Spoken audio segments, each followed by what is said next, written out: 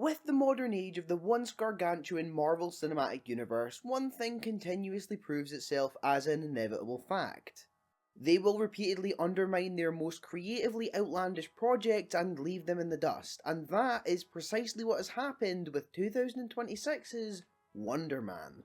This show introduces us to Simon Williams, a man with a dream to be a star, pursuing his goal of playing a character that meant the world to him as a child. However, he's also under the watchful eye of the Department of Damage Control, something he is unaware of due to his deep, dark secret. He has powers. Without using such words, it's also pretty conclusive to put two and two together and label Simon Williams as another one of the MCU's New Mutants. Now, before we get into my thoughts on the show, I want to make three things abundantly clear. Number one is that everything you're seeing in this video will be my opinion. You're welcome to agree with it, and if you do, feel free to let me know in the comments below. Let's start a conversation rather than you just shouting abuse at your screen. Not that I trust any of you do that anyway. Number two, this video is going to contain spoilers for the show, so if you haven't seen it yet and you want to stay out of the loop until you do, maybe come back to this one. And most importantly, number three, ahoy, I'm Jordan and welcome back to the channel. We're going to shoot for 2,000 subscribers this year, and I would love to have you on board for the ride, so if you do enjoy it, feel free to leave a like on the video to let me know that you do, and subscribe so you don't miss out on future stuff.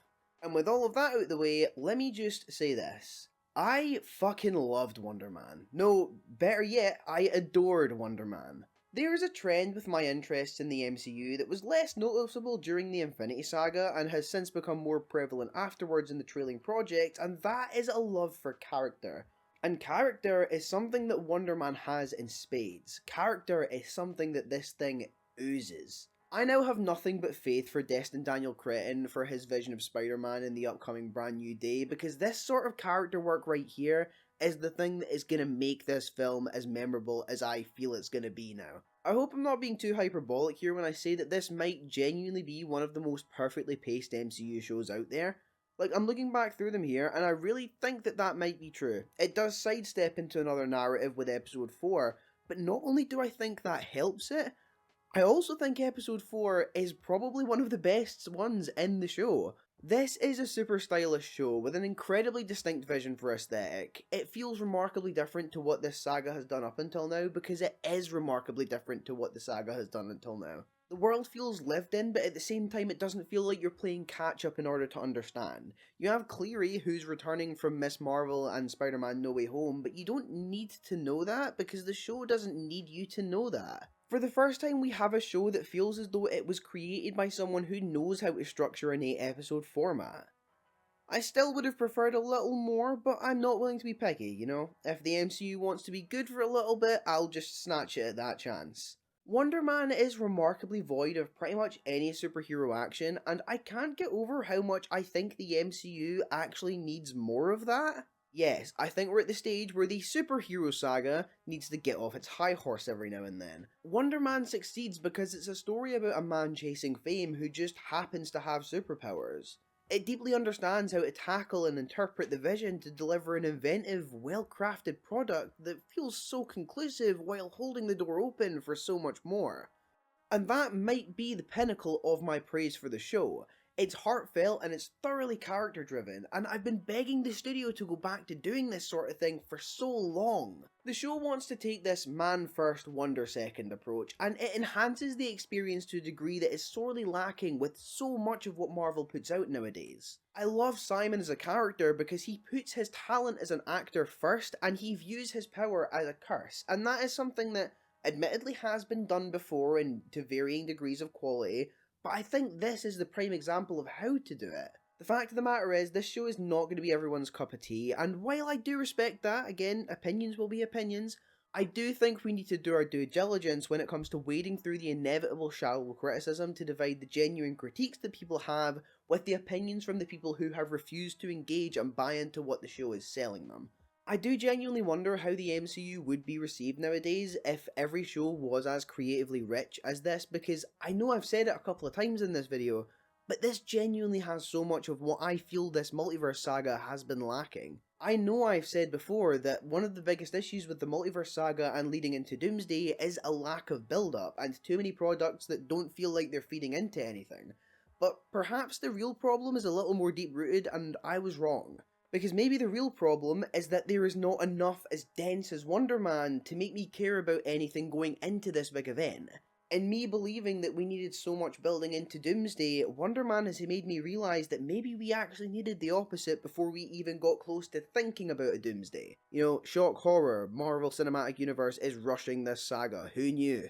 I also just want to take a really quick moment before I move on to praise the finale and how it doesn't blow its own load and completely implode on itself. There's not some big final battle, and you might counteract that by bringing up the fact that there was no big final battle to be set up, and to that, I say, exactly. This show is not at all bothered about the pedantic, formulaic setup that so many MCU shows have done before, and I can't get enough of that. The final battle is fought throughout the whole damn season, and while I know the likes of Brand New Day obviously can't survive with the same formula, it gives me so much hope that there's gonna be a deeper introspective aspect present that really adds a layer to the character. So, fun fact, besides small nitpicks that aren't even worth discussing to be honest with you, all of the flaws I actually want to pin on this show fall on the marketing behind it and the utter disappointment that it has been. If there's one thing that I could label definitively as a letdown, it has to be how Disney has seemingly dropped this with next to no promo whatsoever. You know, they have done gimmicky little videos online and I suppose they do fit the vibe very well, but it just isn't enough. I really wish I could somehow see how differently this panned out if Marvel were to give this creative excellence the rollout it deserves. Everyone who worked on this thing deserves so much better than a glorified shadow drop, and this is now the second time that this has happened in my memory, with the other being Ironheart, another show that was actually just pretty decent despite being written off by so many. Through all fault of their own, Marvel seems to be in this genuinely awful state of mind where they can't seem to figure out the quality of their own projects.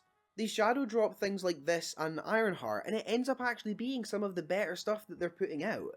That being said, I have seen an incredible amount of criticism against the decision to drop it weekly, and as much as I wish I could say that I think this would have survived a weekly drop, I just don't. I don't think that's the one thing I will agree with. I do think the all-in-one go was the best way for this thing to survive. I genuinely don't think it could have lived as a weekly series with the length of the episodes, and maybe then you can question whether or not it should have been a TV show to begin with, maybe a straight-to-streaming movie, or a theatrical movie like it deserves. I know it wouldn't have done well financially, but still, I personally do think it fits the format of TV better than film, and I think it's just an unfortunate thing where the formula is right, but the people in charge of letting it flourish have failed it massively.